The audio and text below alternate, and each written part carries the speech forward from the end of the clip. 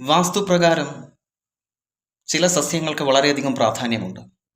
അത്തരത്തിൽ പ്രാധാന്യമുള്ള ഒരു സസ്യമാണ് ശരിക്കും പറഞ്ഞാൽ ഈ പറയുന്ന കറ്റാർ വാഴ എന്ന് പറയുന്നത്.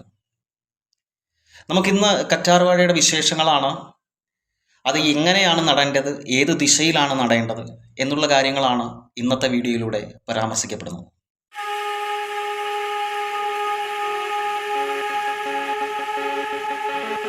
നമസ്കാരം, രുദ്രധാരയുടെ ഏറ്റവും പുതിയൊരു വീഡിയോയിലേക്ക് സ്വാഗതം.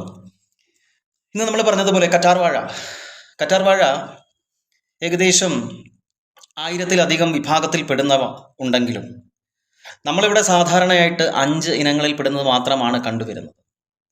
കറ്റാർ വാഴയുടെ ജന്മദേശത്തെക്കുറിച്ച് പറഞ്ഞു കഴിഞ്ഞാൽ ശരിക്കും അത് ആഫ്രിക്കയാണ്, ദക്ഷിണാഫ്രിക്കയാണ്. നമ്മൾ വിചാരിക്കുന്നത് നമ്മുടെ നാട്ടിൽ തന്നെയാണ് ഇതിൻ്റെ ജന്മദേശമല്ല. കൂടുതൽ ഇനങ്ങളുടെയും പല വ്യത്യസ്തമായ ഇനങ്ങളുണ്ടെന്ന് പറഞ്ഞല്ലോ, അവയിൽ കൂടുതലും ദക്ഷിണാഫ്രിക്കയിലാണ് എന്ന് പറയപ്പെടുന്നുണ്ട്. കറ്റാർ വാഴയെ സംബന്ധിച്ചിടത്തോളം നമ്മളൊരു തൈ വയ്ക്കുമ്പോൾ ആദ്യം ശ്രദ്ധിക്കേണ്ട ഒരു കാര്യം, തൈ വെച്ചു കഴിഞ്ഞാൽ തൊട്ടടുത്ത ദിവസം മുതൽ നമ്മൾ വെള്ളം ഒഴിച്ചു തുടങ്ങും. അത് ഒരിക്കലും കറ്റാർ വാഴയിൽ ചെയ്യാൻ പാടില്ല. കാരണം മണ്ണിൻ്റെ ഈർപ്പം പൂർണ്ണമായി നഷ്ടപ്പെട്ടതിന് ശേഷം മാത്രമേ വെള്ളം ഒഴിച്ചു തുടങ്ങാവൂ. എങ്കിൽ മാത്രമേ അത് സമൃദ്ധമായി വളരുകയുള്ളൂ എന്നുകൂടി നമ്മൾ മനസ്സിലാക്കേണ്ടതുണ്ട്. അപ്പം എങ്ങനെയാണ് കറ്റാർ വാഴയുടെ സ്ഥാനം, എവിടെയാണ് കറ്റാർ വാഴ വരേണ്ടത്? പലരും പല ദിക്കുകൾ പറയുന്നു. പക്ഷേ ശരിക്കും ഭാഗ്യാനുഭവങ്ങൾ ഉണ്ടാകണമെങ്കിൽ അത് എവിടെയാണ് വരേണ്ടത്? പ്രധാനമായിട്ടും വാസ്തുവിൽ പറയുന്ന 2 ദിശകളുണ്ട്. ഒന്ന് കിഴക്ക് ഭാഗവും മറ്റൊന്ന് വടക്ക് ഭാഗവും പറയപ്പെടുന്നുണ്ട്. അല്ലെങ്കിൽ വടക്ക് കിഴക്കേ മൂലഭാഗവും പറയപ്പെടുന്നുണ്ട്.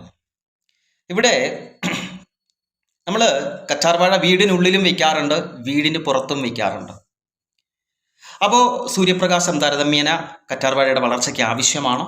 അതുപോലെ തന്നെ നല്ല നീർവാർച്ചയുള്ള മണ്ണ് കൂടി ആയിരിക്കണം. ഇതിൽ ഏറ്റവും ഫലപ്രദം എന്ന് പറയുന്നത്, നിങ്ങൾ കറ്റാർ വാഴ വളർത്തുവാൻ തീരുമാനിച്ചു കഴിഞ്ഞാൽ അത് വീടിന് പുറത്ത് ആണ് ഏറ്റവും ഉചിതം. വീടിനുള്ളിലായാലും കുഴപ്പമൊന്നുമില്ല. വീടിന് പുറത്താണെങ്കിൽ, വാസ്തുപ്രകാരം വീടിന് പുറത്തും പറയുന്നു, വീടിനുള്ളിലും പറയുന്നു, ഒരു കാരണവശാലും നമ്മൾ വീടിൻ്റെ മുന്നിൽ നിന്നും ഇറങ്ങുമ്പോൾ, അതായത് കിഴക്ക് ഭാഗത്തോട്ടായിരിക്കുമല്ലോ ഇറങ്ങുന്നത്, അല്ലെങ്കിൽ വേറെ ഏത് ഭാഗത്തോട്ടോ ആയിക്കൊള്ളട്ടെ, വീടിൻ്റെ ദർശനം എങ്ങോട്ടോ ആയിക്കൊള്ളട്ടെ, നമ്മൾ ഇറങ്ങി വരുമ്പോൾ നമ്മുടെ നേർക്ക് ഒരു കാരണവശാലും ഇത് നിൽക്കാൻ പാടുള്ളതല്ല. അതായത് നമ്മുടെ വീടിൻ്റെ ഫ്രണ്ടിൽ തിരുമുൻപിലായിട്ട് ഇത് വരാൻ പാടില്ല.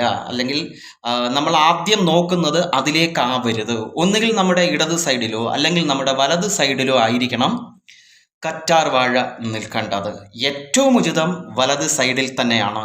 നമ്മുടെ വീടിൻ്റെ പ്രധാന വാതിലിൻ്റെ വലത് ഭാഗത്ത് കറ്റാർ വാഴ വരുന്നത് വളരെ ഉത്തമമാണ്, വളരെ ഉചിതമാണ്. ഭാഗ്യാനുഭവങ്ങൾ മാത്രമല്ല കറ്റാർ വാഴയ്ക്കകത്തുള്ളത്, ഭാഗ്യാനുഭവത്തെക്കാൾ കൂടുതൽ വളരെ നല്ല ഒരു അറ്റ്മോസ്ഫിയർ ക്രിയേറ്റ് ചെയ്യാനുള്ള കഴിവ് ഈ സസ്യത്തിന് ഉണ്ട് എന്നുള്ളത് കൂടി നമ്മൾ അറിഞ്ഞിരിക്കണം. നല്ല രീതിയിൽ ആ വായുവിനെ അല്ലെങ്കിൽ ആ എയറിനെ പ്യൂരിഫൈ ചെയ്യാനുള്ള കഴിവ് ഉള്ള ഒരു സസ്യമാണ് കറ്റാർ വാഴ. വാസ്തുപ്രകാരം ഞാൻ പറഞ്ഞല്ലോ, വളരെയധികം സവിശേഷമായ ഒന്നാണ്. പ്രധാന വാതിലിൻ്റെ വലത് ഭാഗത്ത് തന്നെ വരുന്നത് ഉചിതമാണ്. ഇത് നമുക്കറിയാം, വാസ്തുപ്രകാരം മുള്ളുള്ള ചെടികൾ വീട്ടിൽ വയ്ക്കാൻ പാടില്ല എന്ന് നമ്മൾ പറയുന്നു. പക്ഷെ അതിൽ കറ്റാർ വാഴ ഉൾപ്പെടുന്നില്ല. മുള്ളുള്ള ചെടികളുടെ കൂട്ടത്തിൽ കറ്റാർ വാഴ ഉൾപ്പെടുന്നില്ല. അതേ ജനുസിൽ പെടുന്ന മറ്റൊരു സസ്യം കൂടി ഞാനൊന്ന് ജസ്റ്റ് ഒന്ന് മെൻഷൻ ചെയ്യുന്നു. വേറൊന്നുമല്ല, അതിനെ പാമ്പ് ചെടി എന്നൊക്കെയാണ് നമ്മൾ വിളിക്കുന്നത്. ശരിക്കും പറഞ്ഞാൽ അതിൻ്റെ പേര് സ്നേക്ക് പ്ലാന്റ് എന്നാണ് കേട്ടോ. അപ്പോൾ സ്നേക്കിൻ്റെ അല്ലെങ്കിൽ പാമ്പിൻ്റെ പത്തി പോലെ ഇങ്ങനെ നീളത്തിൽ വളർന്നു വരുന്ന ഒന്നാണത്. സാധാരണ നമുക്കത് വീടിനുള്ളിൽ വയ്ക്കുന്നത് വളരെ നല്ല കാര്യമാണ് കേട്ടോ. വീടിനുള്ളിൽ വടക്ക് കിഴക്കേ മൂല നോക്കി തന്നെ സ്ഥാപിക്കുന്നത് ഭയങ്കര എനർജി ആയിരിക്കും. വീട്ടിനകത്ത് നിങ്ങൾക്ക് നിങ്ങളുടെ ഡ്രോയിങ് റൂമിലും അവിടെ കൊണ്ടുവന്ന്, നിങ്ങളിതൊരു കാരണവശാലും കൊണ്ടുവന്ന് കിടപ്പ് മുറിയില്ല, ബെഡ്റൂമിൽ വയ്ക്കരുത്. പാമ്പ് ചെടി പലരും പറയുന്നുണ്ട് ബെഡ്റൂമിൽ വയ്ക്കാം എന്നുള്ളത്. അത് യാതൊരു കാരണവശാലും അത് വയ്ക്കാൻ പാടില്ല. പിന്നെ അത് എവിടെയാണെന്ന് പറഞ്ഞിരിക്കുന്നു, അത് ഡ്രോയിങ് റൂമിൻ്റെ ആ കിഴക്ക് വടക്കേ മൂലഭാഗം നോക്കി തന്നെ അതെന്ത് ചെയ്യുക, വയ്ക്കുക എന്നുള്ളതാണ്. ഇനി ഏത് സസ്യമായിക്കൊള്ളട്ടെ, നമ്മൾ അറിഞ്ഞിരിക്കേണ്ട ഒരു കാര്യം കൂടി പറയാം. നമ്മൾ സാധാരണയായിട്ട് സന്ധ്യ നേരത്ത് വെള്ളം ഒഴിക്കുന്ന ഒരു പരിപാടി നമുക്കുണ്ട് അല്ലേ? ഒരു കാരണവശാലും സന്ധ്യ നേരത്ത് വെള്ളം ഒഴിക്കരുത്. പ്രധാനമായിട്ടും തുളസിക്ക്, കറ്റാർ വാഴയ്ക്ക്, ഈ 2 സംഭവങ്ങൾക്ക്, മറ്റുള്ളവയ്ക്കും ഒഴിക്കാതിരിക്കുന്നതാണ് ഉത്തമം. അപ്പം കറ്റാർ വാഴ രാത്രിയിൽ നനയ്ക്കാൻ പാടുള്ളതല്ല. കറ്റാർ വാഴ നനയ്ക്കേണ്ട സമയമെന്ന് പറയുന്നത് നിങ്ങൾ എപ്പോഴാണോ വെച്ചത് അതിനുശേഷം ആ മണ്ണ് ഉണങ്ങിയതിന് ശേഷം വിരൽ കൊണ്ട് ടച്ച് ചെയ്ത് നോക്കുക. അപ്പോൾ നമുക്കറിയാൻ പറ്റുമല്ലോ ആ മണ്ണ് ഉണങ്ങിയെന്ന് ഉറപ്പ് വന്നെങ്കിൽ മാത്രമേ നിങ്ങൾ എന്ത് ചെയ്യാൻ പാടുള്ളൂ, ജലമൊഴിക്കാൻ പാടുള്ളൂ. അതിൻ്റെ സമൃദ്ധമായ വളർച്ചയ്ക്കും അതിൽ നിന്നുണ്ടാവുന്ന പോസിറ്റീവ് എനർജിക്കും നിദാനമാണ് ഈ ആദ്യം പറഞ്ഞ ഈ സംഭവം. അതുകൊണ്ട് അത് ആദ്യം എന്ത് ചെയ്യുക, കറക്റ്റാണോ എന്നുള്ളത് നോക്കുക. അതിനുശേഷമേ എന്ത് വയ്ക്കാവൂ, കറ്റാർ വാഴ വയ്ക്കാവൂ. കറ്റാർ വാഴ വെക്കുമ്പോൾ മറ്റൊരു കാര്യം കൂടെ സൂചിപ്പിക്കാം. തൊട്ടടുത്തായിട്ട് നിങ്ങൾ ഒരുപാട് ചെടികൾ കൊണ്ടുവന്ന് വെക്കും. കൂട്ടത്തിൽ നിങ്ങളിതും കൊണ്ടുവയ്ക്കാറുണ്ട് അല്ലേ? നിങ്ങളത് വാണിജ്യ അടിസ്ഥാനത്തിലാണ് വളർത്തുന്നതെങ്കിൽ there is no problem. വാണിജ്യ അടിസ്ഥാനത്തിലാണ് വളർത്തുന്നത് എങ്കിൽ അപ്പോൾ വാസ്തുവില്ല, ഒന്നുമില്ല. പക്ഷേ വീടിൻ്റെ ഭംഗിയും അല്ലെങ്കിൽ അതിൻ്റെ ഔഷധ ഗുണവും നോക്കിയാണ് നിങ്ങളത് വയ്ക്കുന്നത് എങ്കിൽ, അല്ലെങ്കിൽ വാസ്തു സംബന്ധിച്ചാണ് വയ്ക്കുന്നതെങ്കിൽ അതിൻ്റെ ഏറ്റവും പ്രധാനമെന്ന് പറയുന്നത് ഈ പറയുന്ന പ്രധാന വാതിലിൻ്റെ വലത് ഭാഗത്ത് വരിക എന്നുള്ളതാണ്. അല്ലെങ്കിൽ കിഴക്ക് വടക്കേ മൂലയിൽ ഇത് വരിക എന്നുള്ളത് ആദ്യം ചിന്തിക്കേണ്ട ഒരു കാര്യം തന്നെ ആണ്. വാസ്തുപ്രകാരം മാത്രമല്ല, പിന്നെയോ മറ്റൊരുപാട് ഗുണങ്ങൾ ഉള്ള ഒന്നുകൂടിയാണ് കറ്റാർവാഴ എന്ന് പറയുന്നത്. നമുക്ക് ഉള്ളിൽ കഴിക്കാൻ പറ്റുന്ന ഒന്നുകൂടിയാണ് ഈ ജെല്ലെന്ന് പറയുന്നത്, അതിൻ്റെ ആ കറ്റാർ വാഴയുടെ ജെല്ല് എന്ന് പറയുന്നത്. പക്ഷെ അത് എല്ലാ കറ്റാർ വാഴയുടെയും പറ്റത്തില്ല. നമ്മൾ സാധാരണ കാണുന്ന ചില കറ്റാർ ചെടികളുണ്ട്, അതിൻ്റെ മാത്രമേ നമ്മൾ ഉള്ളിലേക്ക് എടുക്കാൻ പാടുള്ളൂ. നമുക്കറിയാം, മുറിവുണ്ടാകുമ്പോൾ കറ്റാർ വാഴ എന്ത് ചെയ്യാം, ഉപയോഗിക്കാം. പൊള്ളലുകൾ ഉണ്ടാകുമ്പോൾ കറ്റാർ വാഴ ഉപയോഗിക്കാം. മുട്ടുവേദന ഉണ്ടാകുമ്പോൾ കറ്റാർ വാഴയുടെ നീര് ഉപയോഗിക്കാം. ജലദോഷം, പനി ഉണ്ടാകുമ്പോൾ കറ്റാർ വാഴയുടെ ജെല്ല് തലയിൽ അരച്ചിടാം. അങ്ങനെ നിരവധി ഔഷധ ഗുണങ്ങളുള്ള ഒരു സസ്യം കൂടിയാണ് കറ്റാർ വാഴ എന്ന് പറയുന്നത്. ഡിഫറെൻറ്റ് ടൈപ്സ് ഓഫ്, അത് എന്തൊക്കെയാണ് കറ്റാർ ചെടികളുടെ വ്യത്യസ്തമായിട്ടുള്ള വൈവിധ്യമായിട്ടുള്ള രൂപം, കുറച്ച് രൂപങ്ങൾ നമ്മൾ ഇവിടെ കാണപ്പെടുന്ന കുറച്ച് ഈ അലോവേര എന്ന് പറയുന്ന സംഭവം എങ്ങനെയാണ് എന്നുള്ളത് കൂടി ഞാനിവിടെ ചിത്രങ്ങളിലൂടെ ഒന്ന് കാണിച്ചു തരാം. തന്നെ ഞാൻ പറഞ്ഞു, നിങ്ങൾ എപ്പോഴും അങ്ങ് നനയ്ക്കാൻ നിൽക്കരുത്. 6 മുതൽ 8 മണിക്കൂർ വരെയൊക്കെ ജലം നൽകാം, നനയ്ക്കാം. ഞാൻ പറഞ്ഞു, വാണിജ്യ അടിസ്ഥാനത്തിലാണെങ്കിൽ മാത്രമേ നിങ്ങൾ അങ്ങനെ ചെയ്യാവൂ. വാസ്തുവിൻ്റെ അടിസ്ഥാനത്തിലാണ് നോക്കുന്നതെങ്കിൽ അങ്ങനെ ചെയ്യരുത്. അങ്ങനെ ചെയ്യുമ്പോൾ പെട്ടെന്ന് പൂവിടാനുള്ള സാധ്യത കൂടുതലാണ്. ചുവപ്പോ അല്ലെങ്കിൽ ഓറഞ്ച് കളറോ നിറത്തിലുള്ള ഒരു മണിയുടെ ആകൃതിയിലുള്ള രീതിയിലാണ് അതിനകത്ത് പൂ വരുന്നത്. വാസ്തുപ്രകാരം കറ്റാർ വാഴ പൂവിടണ്ട, അതാണ് പറയുന്നത്. കറ്റാർ വാഴ പൂവിടരുത്. പൂവിട്ടാൽ എന്തെങ്കിലും പ്രശ്നമുണ്ടോ? അതിൽ നിന്നുള്ള പോസിറ്റീവ് ഊർജം നഷ്ടപ്പെടും. പുഷ്പിച്ചു കഴിഞ്ഞാൽ അതിൽ നിന്നും വരുന്ന പോസിറ്റീവ് ഊർജ്ജം നഷ്ടപ്പെടും. അല്ലാതെ വീട്ടിൽ വേറെ ഒരു ദോഷവും ഇല്ല. അതെ, എന്തെങ്കിലും ദോഷമുണ്ടോ എന്ന് ചോദിച്ചാൽ ഒരു ദോഷമില്ല. പക്ഷേ വരേണ്ട പോസിറ്റീവ് എന്താണോ ആ ഒരു വൈബ് അവിടെ നഷ്ടപ്പെടും. അപ്പോൾ കൂടുതലായിട്ട് ജലം ലഭിച്ചാലുള്ള അവസ്ഥയാണ് ഞാൻ ഈ പറയുന്നത്. എന്നാൽ സൂര്യപ്രകാശമാണ് കൂടുതലായിട്ട് ലഭിക്കുന്നതെങ്കിൽ, അതുകൊണ്ടാണ് ഞാൻ പറഞ്ഞത് വീട്ടിനകത്ത് വയ്ക്കുന്നതിനേക്കാൾ ഉചിതം പുറത്ത് വയ്ക്കുന്നതാണ്. സൂര്യപ്രകാശമാണ് കൂടുതലായിട്ട് വരുന്നതെങ്കിൽ, നിങ്ങൾ പച്ച നിറത്തിലുള്ള കറ്റാർ വാഴയിൽ കണ്ടിട്ടുള്ളൂ, അത് നീല നിറമായിട്ട് മാറും. കറ്റാർ വാഴയുടെ ഇതളുകൾ തമ്മിൽ, അതിൻ്റെ ആ ലീഫ് ഉണ്ടല്ലോ, അത് തമ്മിലുള്ള അകൽച്ച വർദ്ധിക്കും. എത്രത്തോളം സൂര്യപ്രകാശം കിട്ടുന്നോ അപ്പോഴത്തേക്ക് അതിൻ്റെ ആ ഇലകൾ വികസിക്കും. നമുക്കറിയാമല്ലോ, ചൂട് കൂടുമ്പോൾ എന്തുണ്ടാവും, എയർ ആണെങ്കിലും എന്ത് സംഭവിക്കും, സാന്ദ്രത നഷ്ടപ്പെടും. സാന്ദ്രത നഷ്ടപ്പെടുമ്പോഴത്തേക്ക് അതെന്ത് ചെയ്യും, മുകളിലേക്ക് പ്രവഹിക്കാനുള്ള സാധ്യത കൂടുതലാണ് അല്ലേ? അപ്പോൾ എന്ന് പറയുന്ന പോലെ ഈ ചെടിയെ സംബന്ധിച്ചാണെങ്കിലും അവ എന്ത് ചെയ്യാൻ തുടങ്ങും, വികസിക്കാൻ തുടങ്ങും, എക്സ്പാൻഡ് ചെയ്യാം. അപ്പോൾ എക്സ്പാൻഡ് ചെയ്യുമ്പോൾ ഇതളുകൾ തമ്മിൽ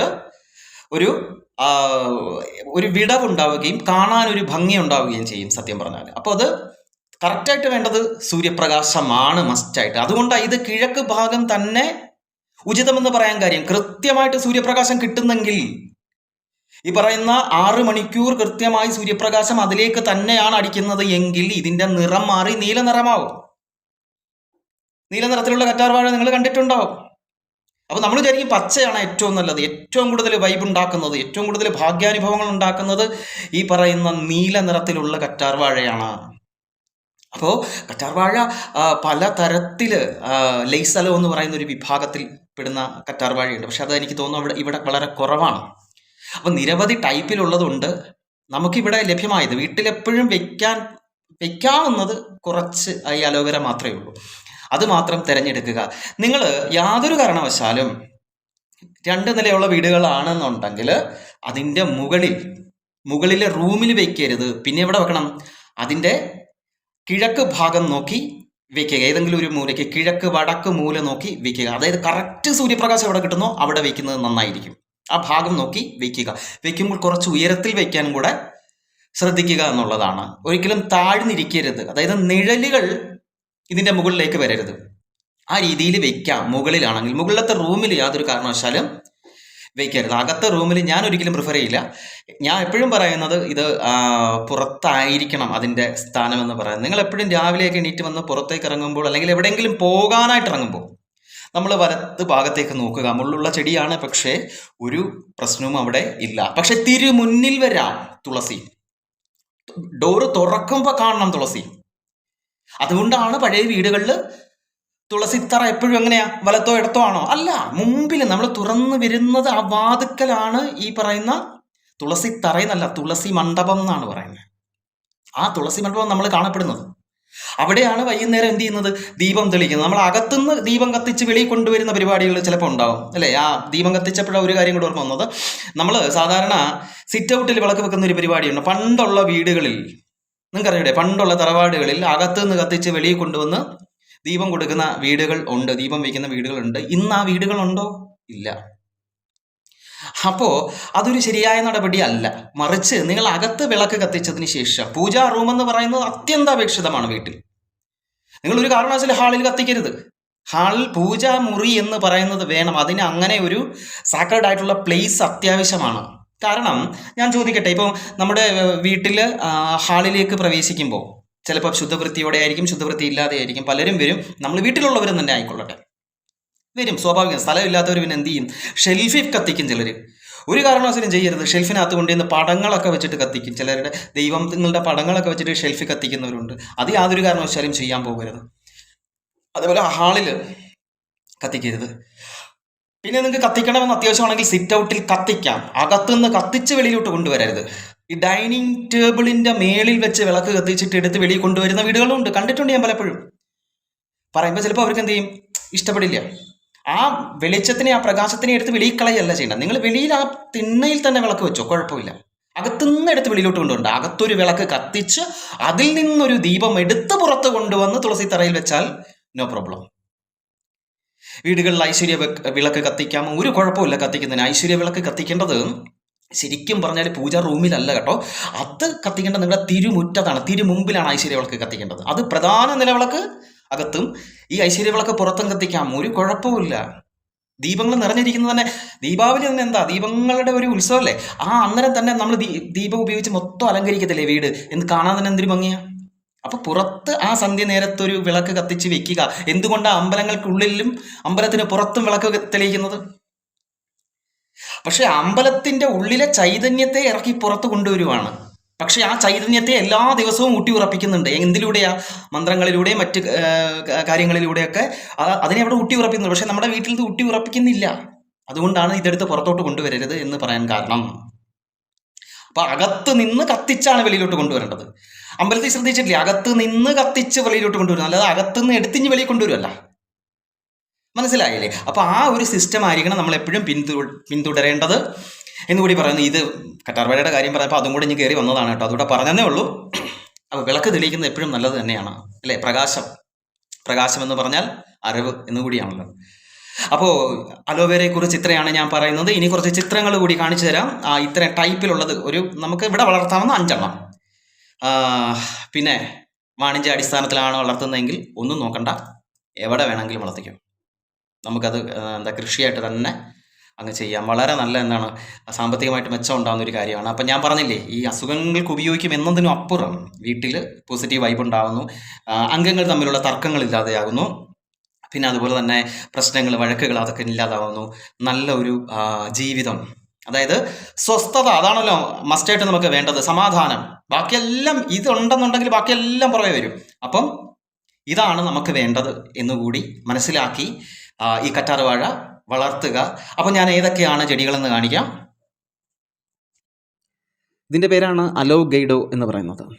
ഇത് ശരിക്കും പറഞ്ഞാൽ ഒരു ഇൻഡോർ പ്ലാന്റാണ്. വീട്ടിനുള്ളിൽ നമുക്ക് വളർത്താൻ സാധിക്കുന്ന ഒന്നാണ്. ഈ ശൈത്യകാലത്ത് ഇതിന് വെള്ളം കൂടുതൽ കൊടുത്തു കഴിഞ്ഞാൽ വേരിചീയൽ പോലുള്ള അസുഖങ്ങളൊക്കെ ഉണ്ടാകും. വേനൽക്കാലത്ത് പോലും പൂവിടുന്ന, ഞാൻ പറഞ്ഞിരുന്നില്ലേ തുടക്കത്തിൽ, ചുവപ്പും ഓറഞ്ചും നിറത്തിലുള്ള പൂക്കൾ ഇതിനകത്തുണ്ടാകാറുണ്ട്. അതാണ് ഇതിൻ്റെ പ്രത്യേകത. അപ്പോൾ എപ്പോഴും ഇത് നനവ് കുറച്ച് ഇൻഡോറായിട്ട് വളർത്താവുന്ന ഒരു സസ്യമാണ്. വളരെയധികം ഭാഗ്യാനുഭവങ്ങൾ ഉണ്ടാക്കിത്തരുന്ന ഒന്നാണ് അലോഗീഡം എന്ന് പറയപ്പെടുന്നു എന്ന് വിശ്വസിക്കുന്നു. ഇതാണ് ആഫ്രിക്കൻ ലൈസലോ എന്ന് പറയുന്ന വിഭാഗം. പ്രധാനമായിട്ടും ഇത് വയ്ക്കേണ്ടത് വീടിൻ്റെ പുറത്ത് ഭാഗത്ത് വലത് ദിശയിലാക്കി വയ്ക്കുക. സൂര്യപ്രകാശം ഇതിനാവശ്യമാണ്. വളരെയധികം ഭാഗ്യാനുഭവങ്ങൾ കൊണ്ടുതരുന്ന ഒരു ഇനമാണിത്. ദക്ഷിണാഫ്രിക്കയാണ് ജന്മദേശം എന്ന് പറയുന്നത്. സങ്കര ഇനത്തിൽപ്പെടുന്ന ഒരു അലോവേര കൂടിയാണ് ഇതെന്ന് പറയുന്നത്. ഇതിൻ്റെ പേരാണ് ടൈഗർ ടൂത്ത് അലോ എന്ന് പറയുന്നത്. ഇതിൻ്റെ പ്രത്യേകത എന്ന് വെച്ച് കഴിഞ്ഞാൽ നമുക്ക് വീടിനുള്ളിൽ വയ്ക്കാം, എവിടെ വേണമെങ്കിലും വയ്ക്കാം. വാസ്തുപ്രകാരം ഒരു പ്രത്യേക ദിക്ക് ഇത് പറയുന്നില്ല. എന്നാലും വെളിച്ചം കിട്ടുക എന്നുള്ളത് പ്രധാനമാണ്. എവിടെ വേണമെങ്കിലും നമുക്ക് വയ്ക്കാവുന്ന ഒന്നാണ് ടൈഗർ ടൂത്ത് എന്ന് പറയുന്നത്. ഇതിനെക്കുറിച്ച് ഞാനിനി പറയേണ്ട കാര്യമില്ല.